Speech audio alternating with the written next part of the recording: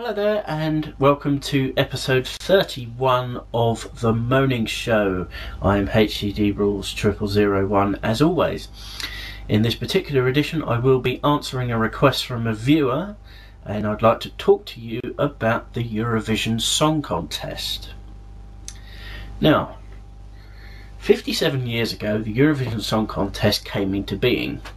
It was competed by I think about 10 to 12 countries and the best song won. This process continued until about, I'd say about 1990, 1992, until the Russian Federation, or the USSR, or Soviet Union as it was known in those days, broke up. Yugoslavia also broke up at that time into their separate countries. We now have lots and lots of countries in that specific area. Think countries like Latvia, Estonia, Kazakhstan, Uzbekistan, all other sorts of stands. Stan gets about, he's a pain in the arse. But, you know, the Eurovision Song Contest is cheesy enough. Now, I was asked to talk about the political voting. I will get to that in a few moments. One of the worst things about Eurovision is the winning country get to host the competition the following year. That's all well and good. That's part of the prize you get for winning. No problem at all. But, as I say, one of the worst things about Eurovision is the pomp and circumstance for basically an event that is, quite frankly, if you're being honest, quite frankly is a load of shit, really. It really is diabolical.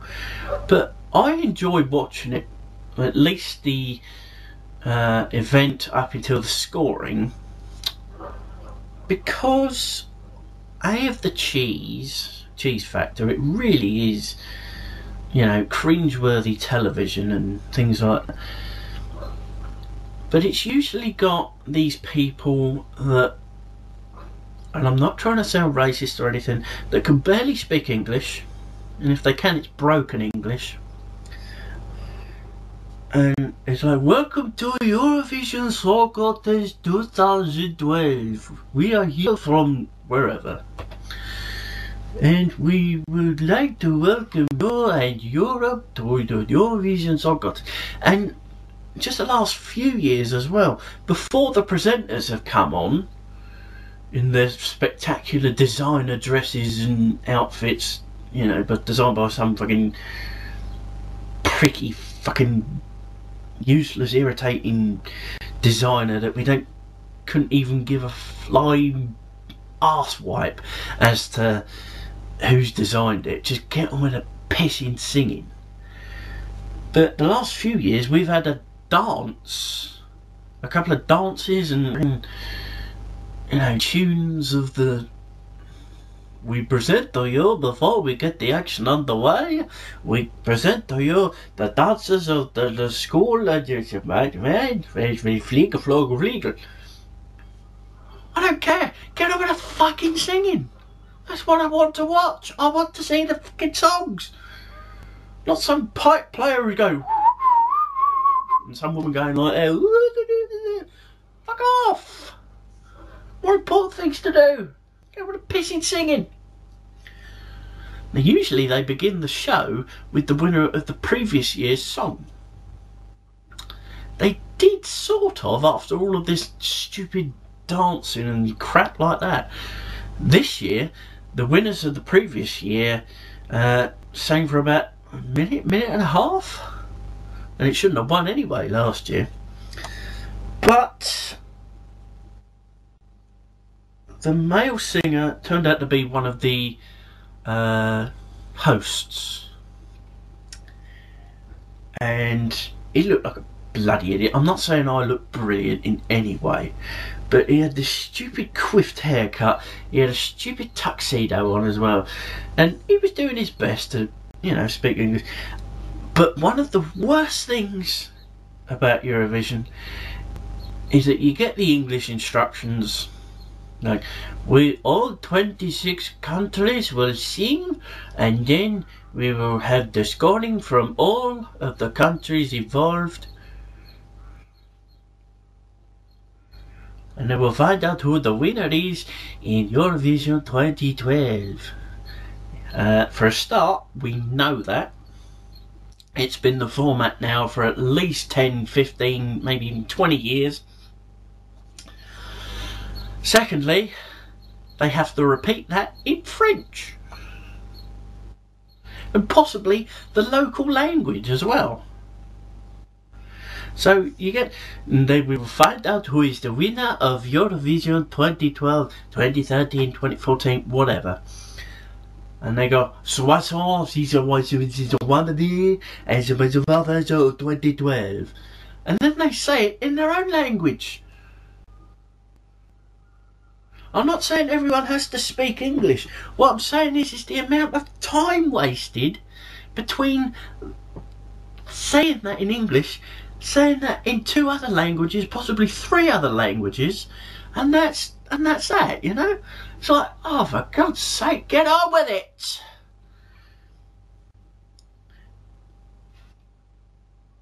The worst thing, another bad thing about it now is that they have semi-finals. The Eurovision Song Contest is bad enough, but can you imagine being subject to those individuals, those bands and those countries that didn't get through to the Saturday night?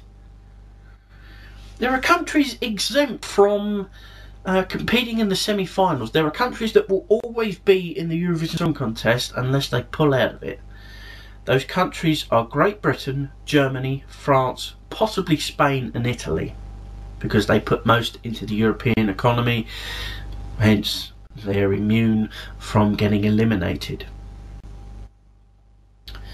But as for the other countries, they all compete for the right to appear in the grand final, which is what they called it the other day, of Eurovision. In other words, there are 42 countries competing for 26 spots, or there were 26 different countries competing in this year's Eurovision.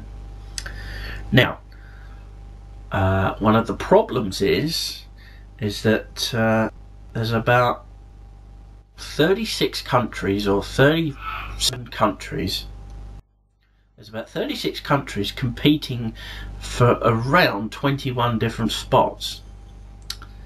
And no matter what, every country that participates in the semi-finals or the actual Eurovision Song Contest, the night itself, every single one of them gets to vote. And that is the problem with Eurovision at the moment. So, once we've had all the songs, we then go on to what's usually a dire, and I mean absolutely, positively dire, halftime show. The only halftime show of merit was the Eurovision Song Contest back in Ireland, and I think it was 91-92, where Riverdance was first exposed to the world, and even that is, you know, pathetic in my estimation. That's the period when the voting begins. You know, people phone up, oh, I like that song the best, blah blah blah blah blah. Now, usually you pick the song that you like the best and you say that's going to win. But 9 times out of 10, it's probably not going to win. I was right this year. I did like Cyprus's entry this year, but I figured that Sweden's entry was good enough, and it won. Fair enough. The United Kingdom's entry was submitted by Engelbert Humperdinck, the legendary crooner of the 1960s and 70s. He came 25th out of 26 entries with 12 points. The winning team, Sweden, won by gaining something like 370 something points. Now, if Engelbert Humperdinck only scores 12 points, comes 25th out of 26 places, I understand that his performance was below par. He sounded out of tune.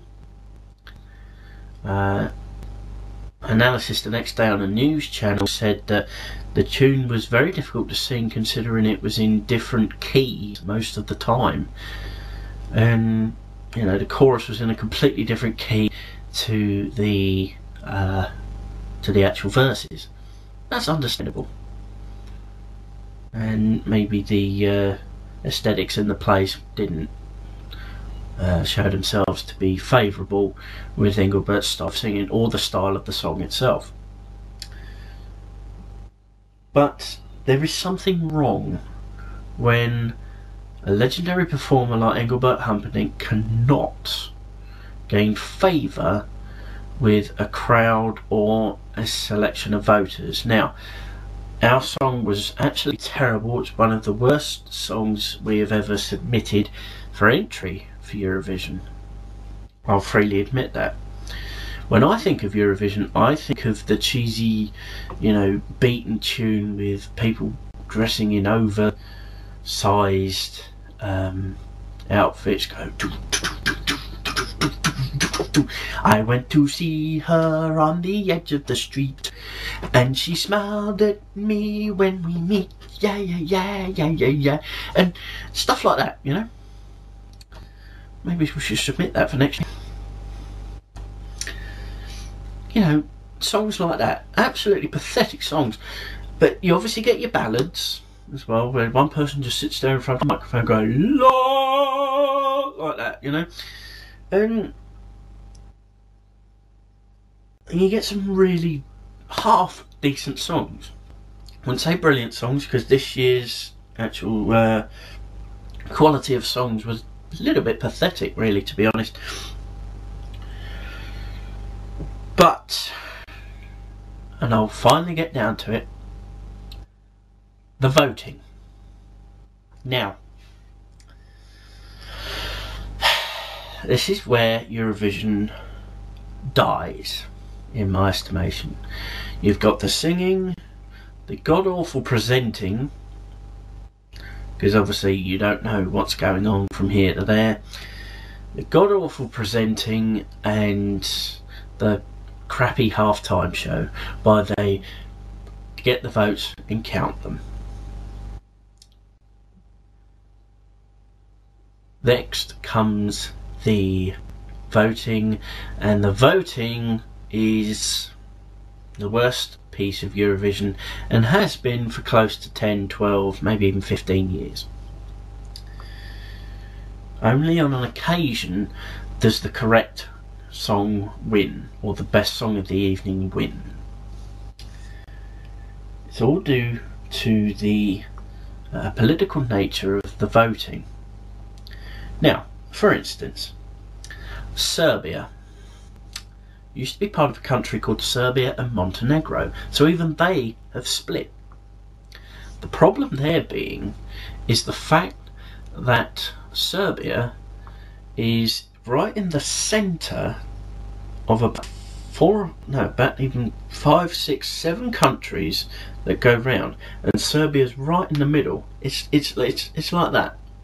Countries all around it, Serbia right there. Serbia's song was awful. I'll just go back to the singing as well. It's absolutely fine to sing in your own language. It's understandable. People don't sing in English all over the world. It's obvious. But when you do not sing in English, not everyone understands it. So say if you sing in French, someone from Latvia doesn't understand you. Someone from Spain doesn't understand you. If you sing in Estonian, people in France aren't going to understand you. If you sing in Serbian like this guy did, everyone but Serbians won't understand you. The Serbian song was awful, and Serbia came third. They came third because, as I say, all of those countries in the semicircle around Serbia or 3/4 of a circle around Serbia, all voted for them. And that's the problem everyone has with Eurovision. It's not the fact that they vote for them, it's the fact that they keep voting for them. Year after year after year. You watch Greece and Cyprus vote for each other if they're both in the contest. And it's not just voting for them. They give the top points, which is 12. They give them the top points. And it's a foregone conclusion to where the points go sometimes. It's like 12 points from Greece go to Cyprus. That's another bloody thing as well. The people they go to in each country to get the scores from, and because of time constraints, they're limited to the last 3 point scoring positions. The 8 points, the 10 points and the 12 points. Because once upon a time, they went to the people doing the scores and they'd be there for 2-3 minutes per scorer. It's like 1 point goes to Estonia. The worst thing is they all try to speak English and they do it very well. I'm not trying to take the mickey out of, their English speaking abilities. Heck, I struggle sometimes, and I'm English. But the worst thing about that is that they always wait, because of the satellite uplink, they always have to wait. So for instance, they've only got 8, 10 and 12 to, give the scores out.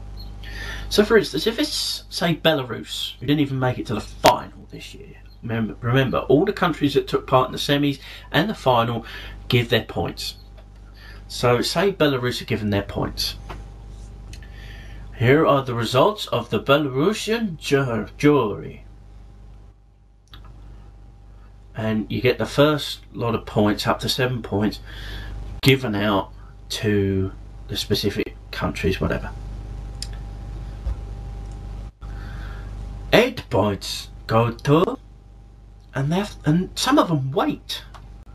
Some of them wait, and before they've even given out any points, you always get this spiel and this awful shite saying, "Hello, we from Belarus. Hello, we from Albania. Greetings from Oslo in Norway. It's been a fantastic..." They always have to kiss some ass. They always have to kiss ass. "What a magnificent show you've put on. It's truly, truly magnificent. It was brilliant. The best show ever." Why do they do that? Why the bloody hell do they do that? Shut the fuck up. Get on with the points. We don't care what you thought of the show. Give us the fucking points. And like they say, they pause in between saying, "We give the points to..." It's like a reality show where the presenters of the show saying, "And first to leave us tonight is..." And the viewers in the crowd are all thinking, "Hurry up, we've got a bus to catch." Or, "God's sake, we've been here 10 minutes waiting for you to tell us what the bloody result is." Austria or wherever. And so like, if it is Greece or Cyprus, and here are the results of the Greek jury. 8 points go to the best song. 10 points go to the second best song. And 12 points go to Cyprus. Or so like if you're country A, country B, C, D is next to you. But country F, or country whatever, had the best song. You can be rest assured that B, C, D, E, if there is B, C, D, E, will get the points, the big points from country A. And this, as I say, is the problem with Eurovision. It's as if the people of the trading side of these countries, in other words, country A trades, say, wool or textiles or plastic or whatever to countries B, D and D. but they don't give anything to country F, which is over here somewhere else. You know, all these countries are here, thereabouts. This country here doesn't matter to them. Now, I think it's all to do with something like that. It's sort of political mandate. If you give us 12 points or 10 points in Eurovision, we won't give you as much fish as we did last year. If you don't give us 10, 12 points in Eurovision, you know, don't expect as many gardening supplies, something like that. It's as if they're scared not to give the points to their neighbours for fear of not getting something out of it. Now, of course, the points should obviously go to the best song, second song, third song, blah, blah, blah, blah, blah. That way the contest would be fair.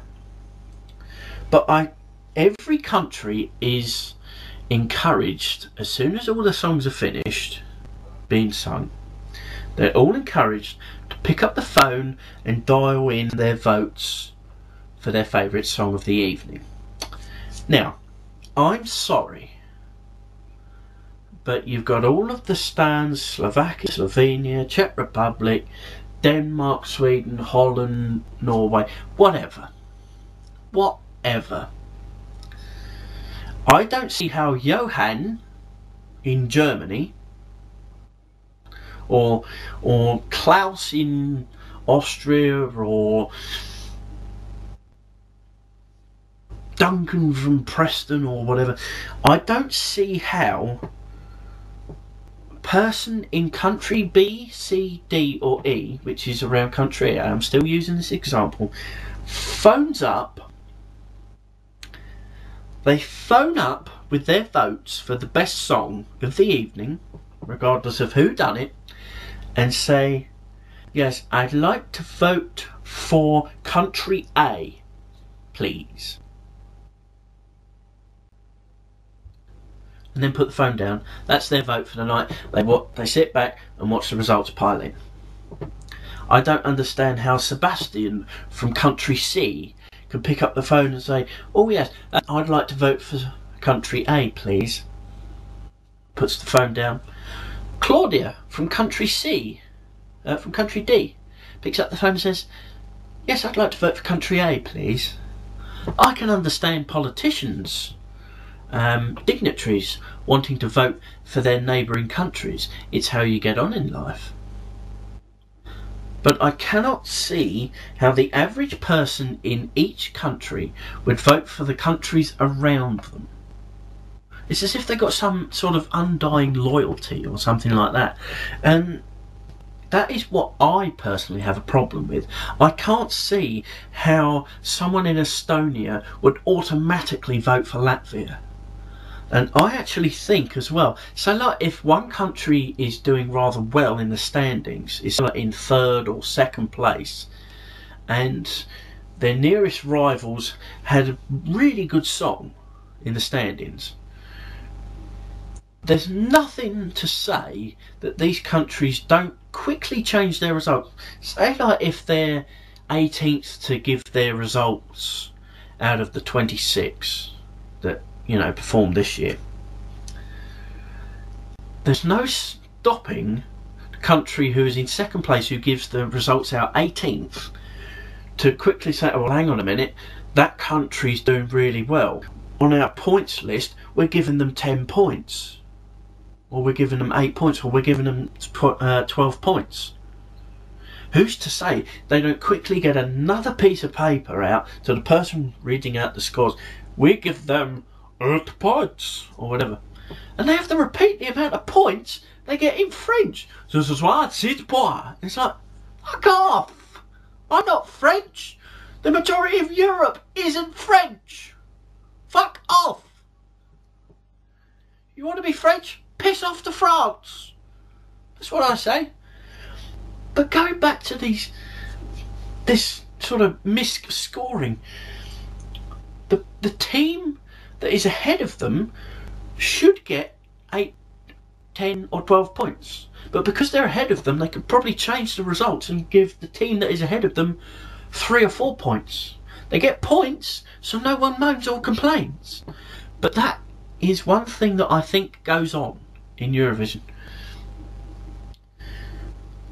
You know, and 9 times out of 10, the country A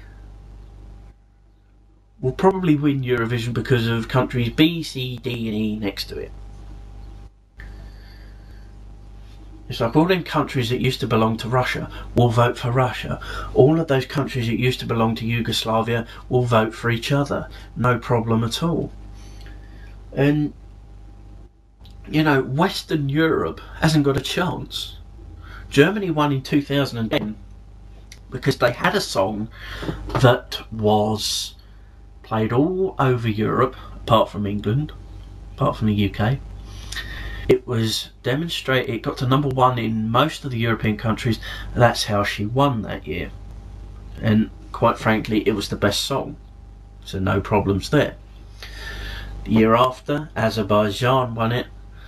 And they won because of all the countries around them. And all the countries that are like it. If you look at the flags, you more or less know where the votes are going to go. For instance, the flags of Moldova and Romania are exactly the same, apart from a little crest or something in the middle of the Moldovan flag. They will automatically give them points.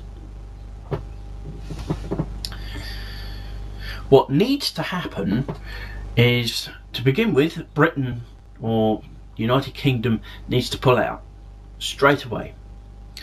We are beginning to ruin careers by bringing in pop bands like Blue or stars like Engelbert Humperdinck. We are ruining their careers for a start. Secondly, the reason we are not winning Eurovision, the reason we are not scoring big points, is nothing to do with the song. We could stand up there for 3 minutes of silence and stand up there with Madonna, and we wouldn't get close to 30 points now. The reason being is because of our ties to the United States of America. The reason being is that we ruled most of these fucking countries for years and years and years, and they still don't like us for that. Which in that case, why are the Germans so successful? I'll leave you with that thought. Secondly, they need to get a judge sitting in the studio or sitting in the arena, wherever the contest takes place, from each country that is taking part in the final. In other words, not 42 countries, 26 people from individual countries sitting in a long line giving their points. I liked that song the best. I liked that song the best. And we go along, blah blah blah blah blah, and the amount of voting goes on what the judges say. Okay, it makes it look more like a reality show contest, but 26 different people from the countries that got through to the main event, the grand final as they've been calling it in the last couple of years, to the Eurovision Song Contest itself. The individuals from those countries that didn't get through to the big final, forget about them. They got nothing to do with the contest whatsoever. They all vote for that. Then the best song will win. We will start to go to more established countries like Holland, Norway, Sweden, who won it this year. You know, UK might even stand a chance now and again. That's what needs to happen to Eurovision. Eurovision is sick, and until that particular type of thing is done, it will forever be sick, and we will be stuck in the Eastern European part. We will be stuck in this bit, going to countries that quite frankly shouldn't even exist. And Israel, what the bloody hell are they giving results for? They're not in Europe.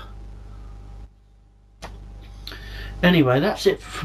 That's more or less it for this edition of The Moaning Show. I thank you for watching. I also thank you for the requests that are beginning to come through. And I'll see you next time for more moaning and complaining.